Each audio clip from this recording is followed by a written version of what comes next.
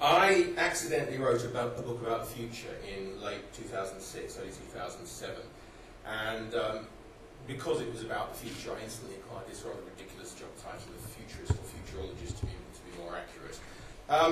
People sort of asked me a couple of things. They said, well, what on earth do you do? Brackets, do you actually get paid for doing that? The answer is I read a lot, I think a bit, and I write a bit about what I think is going to happen in the future. And my sort of preferred sort of space is about the next 5 to 15 years. And can you predict the future? No, you absolutely can't do that. That's completely ridiculous. But I think you can see patterns, and you can make educated guesses. And I think there is a need for it as well. I mean, the world's got quite volatile, and it does actually help a little bit if you start sort of thinking a little bit further ahead from time to time. The real trick of it is to make tons and tons of predictions, and eventually you get something right. I didn't necessarily believe the world was going to crash economically, but if you looked at the level of debt and the way that risk was networked, I thought it was a sort of a reasonable guess, so I thought it was worth saying. And I've got a couple of outstanding bets on the EU and China as well, and we'll see how they turn out. You obviously don't put dates against anything, you avoid any detail whatsoever, and then things start looking quite good. Being a woman, by the way, is a really bad idea if you want to be a futurist. There just don't seem to be any. I think that's probably because they're a bit too sensible and intuitive. I'm not quite sure what the reason is for that particularly. And obviously sort of writing something, ideally a book, and if you've got a sort of beard and wear glasses, then that's really fantastic. This book that sort of came out originally, and it's actually done rather well. It's in about sort of 26 editions now. There are 5 forces in this as a sort of unifying theme, and I use these quite a bit. I really like demographics. It sounds incredibly boring. It isn't. I mean, ageing is incredibly important. Declining fertility rates across the world is incredibly important. More people living on their own. The birth of the screenager, as I call it. There was a lovely letter in the Sydney Morning Herald not so long ago about screenagers. Somebody was saying that their 6-year-old had asked whether bread should be put in a toaster, landscape or portrait. And I told my 11-year-old this, and he just didn't get that at all, and just said, but Dad, is this kid stupid or what? Why doesn't he just Google that? So that's screenagers for you. Very short attention spans. They don't read like you and I read. Very visual. Don't necessarily see much difference between the virtual world and the real world, and they might actually be onto something on that one as well. Power shift eastwards, the flow of ideas, people, capital, influence, power in the sense from the US and northwestern Europe sort of eastwards and also southerly up to a point. I read recently that 90% of scientists and engineers with PhDs now live in Asia. I mean, that's pretty staggering.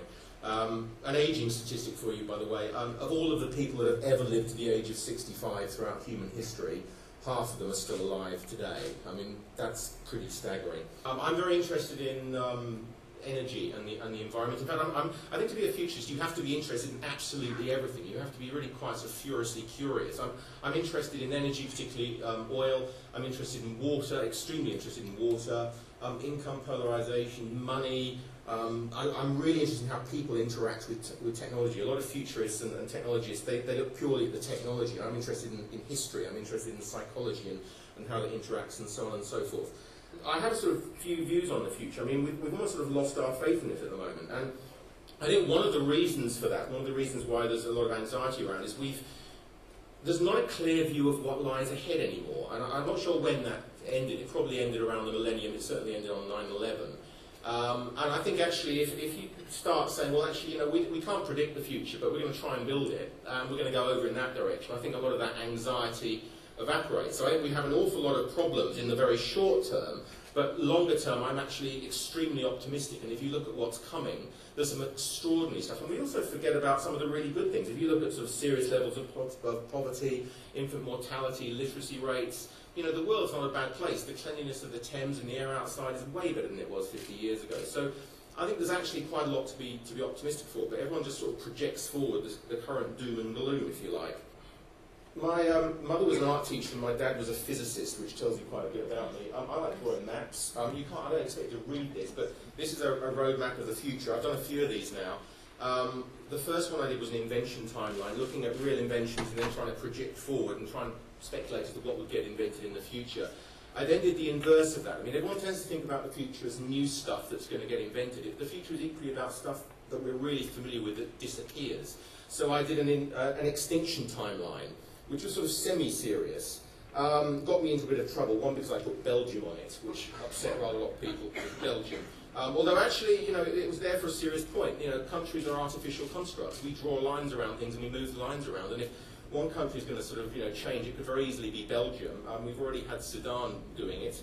And if you're really provocative, there's a couple of other countries that you can mention that will probably get you into quite a lot of trouble. I'm really interested in creativity, innovation, ideas as well. I talk about the future a lot, but I'm also interested in innovation and thinking. And I was interested in a rather obscure thing, which was how does a physical space change how people think? But my publisher in London said, well, that's really interesting, but you'll sell 6 copies. That's a book about office design. So I then started getting interested in, well, what about digital spaces, virtual spaces? How do they change how people think?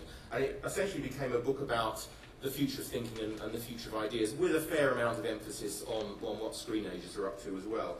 Thank you very much indeed.